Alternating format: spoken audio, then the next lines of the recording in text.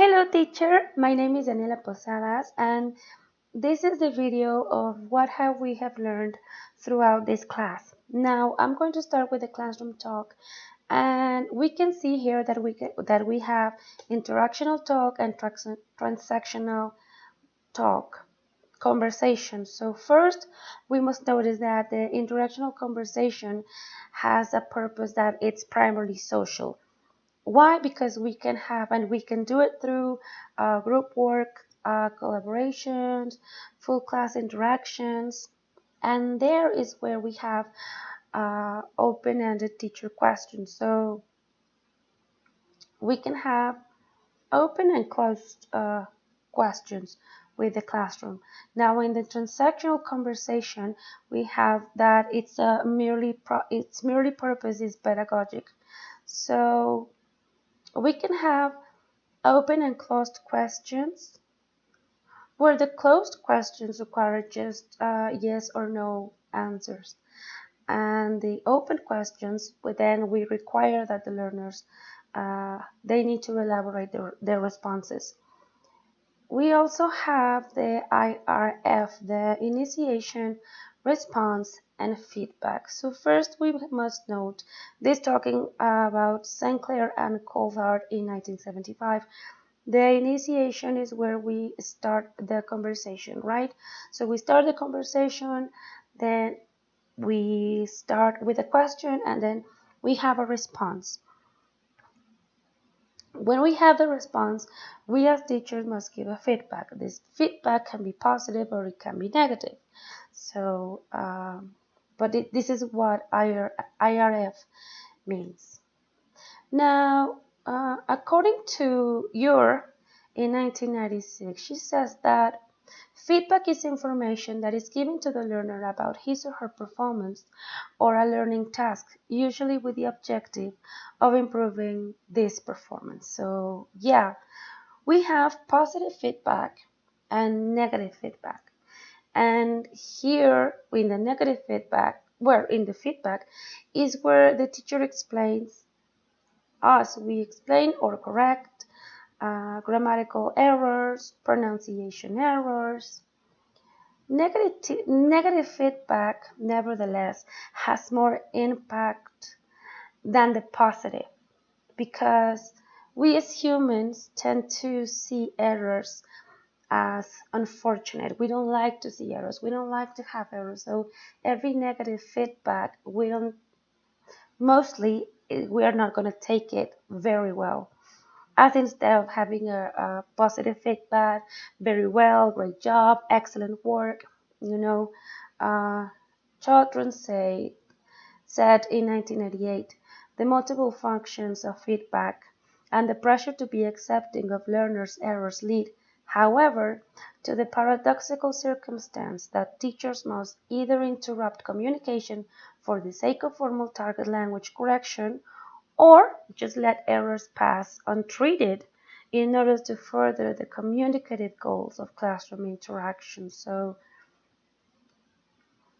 what can we do, right? I am an English teacher and I work in preschool. I'm a preschool teacher. I've always been a preschool teacher. Now, what I do here is um, I tend to use positive feedback all the time and never negative feedback because they, as kids, they are not going to take it good, and mostly they can cry, mostly they can feel bad. Perhaps maybe they just don't get and don't understand, but so that's not what I do.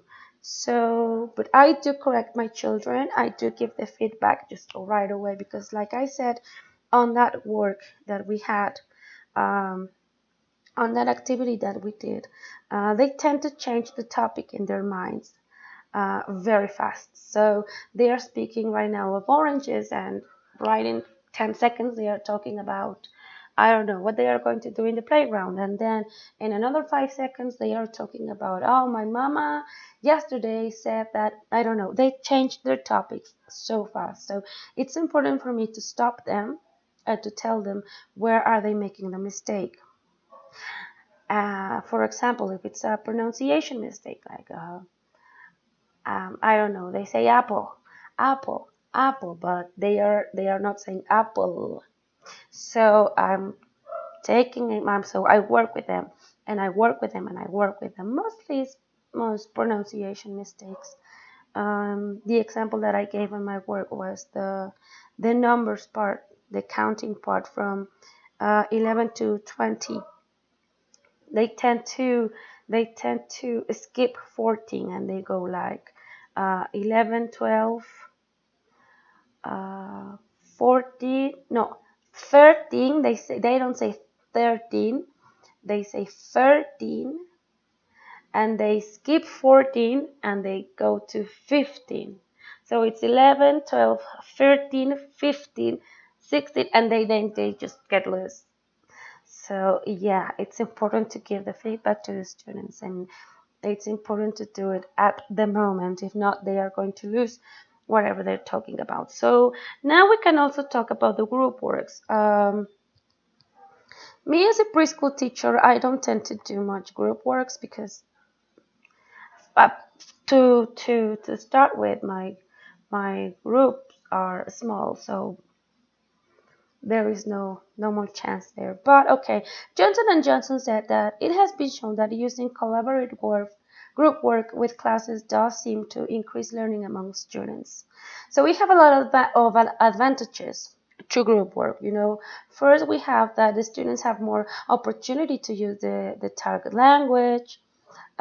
Group work fosters learner responsibility and independence. They must do the work, and how am I going to do it, right? Group work provides a less threatening environment for the learner. I'm here, and if I have a mistake within this tiny group of four people, it's going to be better than making this mistake in front of the whole class, right? Group work can contribute to learners' second language acquisition through processes such as scaffolding, and teachers are able to individualize their teaching more, right? So Leon in 1951 established group dynamic types comprising 6 different profiles. So we have within the group work, we have the learner, we have the leader, we have the complicator, the one that is mostly not doing anything, the solver, who is looking for solutions when they have problems, the organizer, you are going to do this, you are going to do that, and the animator, yes, we can do it, let's go group. And apparently it's something that we can still see within the group works of today, right? So we as a teachers, we manage a group work. When we are doing that, when we are managing a group work, we must have good presentations of the subject. So first we must give the materials, then we must give the instructions to everybody, and then divide the students into groups. If we divide the groups and then I'm going to give the instructions, they're not going to pay me attention. There is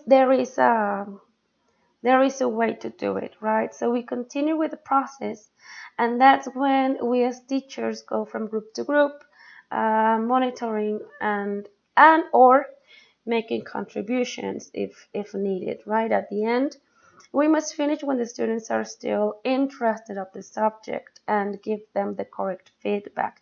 If we are seeing that they are starting to lose interest, that's when we must cut the activity, finish the activity as well as good as possible, and then just continue with the feedback.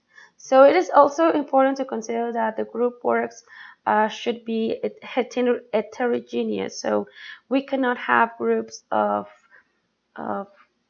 one group with everybody who likes to work and they are very competitive, and we cannot have a group where nobody wants to work. So no, we must have like what they say, we must have the animator, the leader, we must have heterogeneous group works. Also, we must bear in mind that the possible disadvantages that we can Take, for example, that the students may use their mother tongue. So it is important for us to keep monitoring all the time. And yeah, also we must encourage the students to not make use of the first language. And if we have to repeat and be repetitive on this, it's what we must do. So the discipline, we can lose control over the classroom really fast if we are not paying attention to what our students are doing within their group work. So we need to be, again, monitoring and walking throughout the classroom. The noise level also of the classroom can get really, really loud, and we must check this so we don't lose control of the class. And finally, the students may do the tasks badly or just don't even do it at all. So we must make sure that we are using subjects, that we are talking about things that the students are really interested. We must monitor them. We must help contribute and make it fun for them. So if not, we can lose the discipline. Urey 1996 said that classroom discipline is a state in which both the teacher and learners accept and consistently observe a set of rules about behavior in the classroom whose function is to facilitate smooth and efficient teaching and learning in the classroom. Abley 1996 also claimed that the teachers need to pay attention to the arena of the emotions more than to any other area when trying to establish some form of classroom control. We cannot be, if we have an emotional group, a sensitive group, we cannot be all the time, you know, uh, so rude and we must pay attention to everything that is happening in our classroom, the context of our students, where they come from, what are they going through. It is important. Uh, the how old are they? The social context that they are living. So excessive teacher control can alienate learners from what is happening in the classroom and seriously inhibit learning. So they are not going to pay us attention anymore. If we are really excessive with our rules and they don't have permits to go to the bathroom and they cannot even almost breathe, they are going to stop paying us attention. They are not going to learn. They might even get scared of the class. So it's not going to be good. We also can't forget that there are cultural differences within the classroom, right? Punishment may be ineffective because by attractive, consistently negative feedback, a learner's self-image as negative is repeatedly reinforced. So rewards such as praise are far more effective than punishment. We cannot keep punishing the students because they are going to quit on us and they are going to quit on them. They are going to quit on what they are doing, and that's not what we want. So yeah, if it's going to be difficult, maybe for them it's going to be difficult for us. So now, is it good for us to use the first language within the classroom? Stern's question said that should the learner be encouraged to exploit his first language knowledge and learn the new language cross-lingually, that is, through his/her first language, or should he keep his second language learning completely separate and learn the target language entirely within and through the second language, that is, in trilingually? So that was Stern in 1983. The grammar translation method advocates a cross-lingual approach. Then the direct method advocates an intralingual approach. Although the interlingual viewpoint found its maximum exponent in the audiolingual method in the 1960s. Harvard in the 1992 said that the development of ELT as a casual career for young people visiting Europe encouraged teachers to make a virtue of the necessity of using only English. Added to this, the subsequent growth of a British-based teacher training movement out of the need to provide training for teachers working with multilingual classes served to reinforce the strategy of mother tongue avoidance. So here we don't have exactly the question answered, right? There was an investigation of how the teacher code switches languages between the first and the target language. So in this case, it's going to be Spanish and English, right? And what effect this has on learners' talk. Now, the research showed that in many foreign setting, teachers and learners use their first language far more than the target language. When and why depends on the following factors. For example, the type of activity, what they are doing, how the teacher believes the students learn best, if they can actually get it, if we as teachers don't think that the students are going to get it, how the teacher views the role of the first and the target language. For example, a teacher may use only the first language for disciplining the students and maybe even for giving the feedback, maybe, and how the students view the role of the first and the target language. Like when the students may want to only use English in controlled practice situations, we're going to do this activity and it's going to be controlled here with 3 people, and that's only when I'm going to use the second language, English.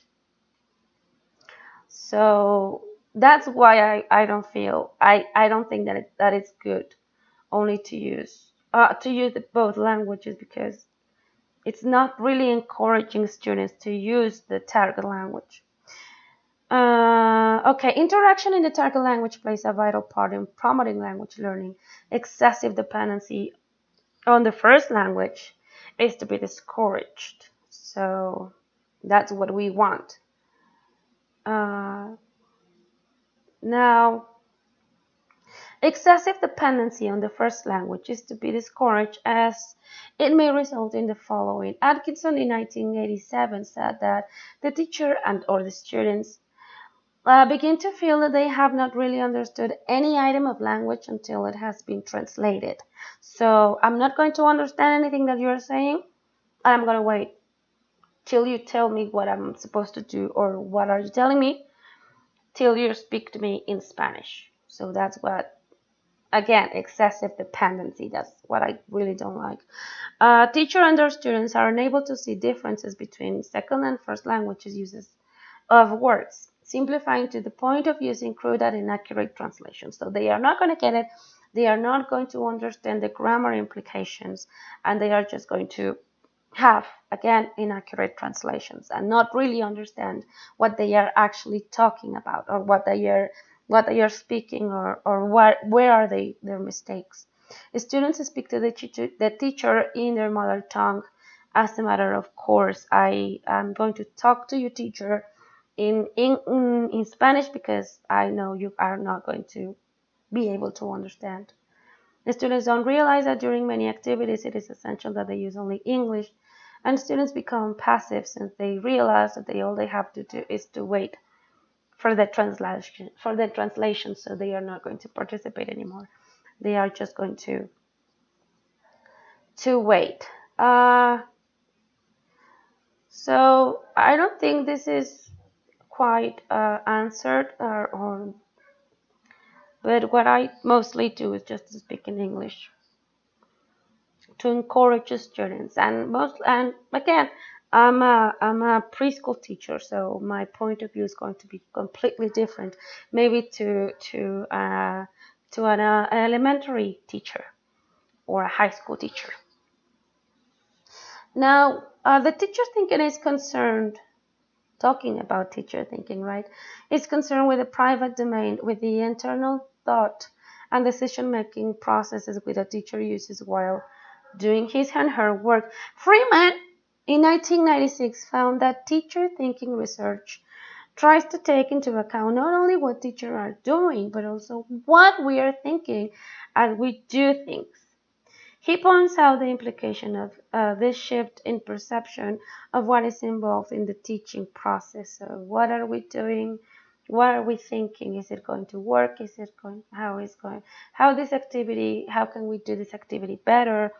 Are the materials okay? Are they going to make it? Are they going to understand? One main conceptual approach to the investigation of teacher thinking has been of examining teachers' decision-making processes. Pre-active decisions are those made before the teaching event. Interactive decisions are those made on the spot.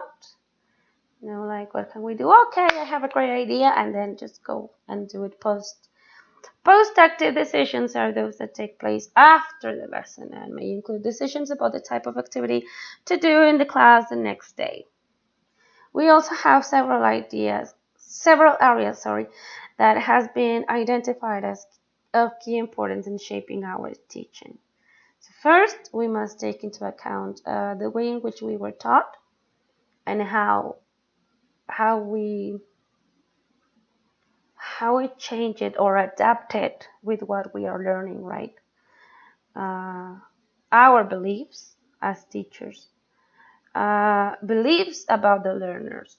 Sometimes we can think that the students are not going to be able to get to understand and to learn, and then we teach them to a certain level where they can get to a higher level.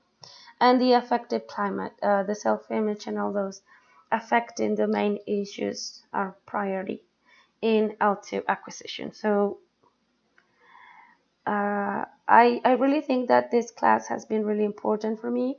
I really liked it. I think I've learned a lot from this class. I thank you very much. I really thank you, teacher, very much.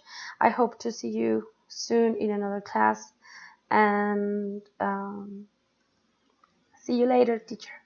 Thank you.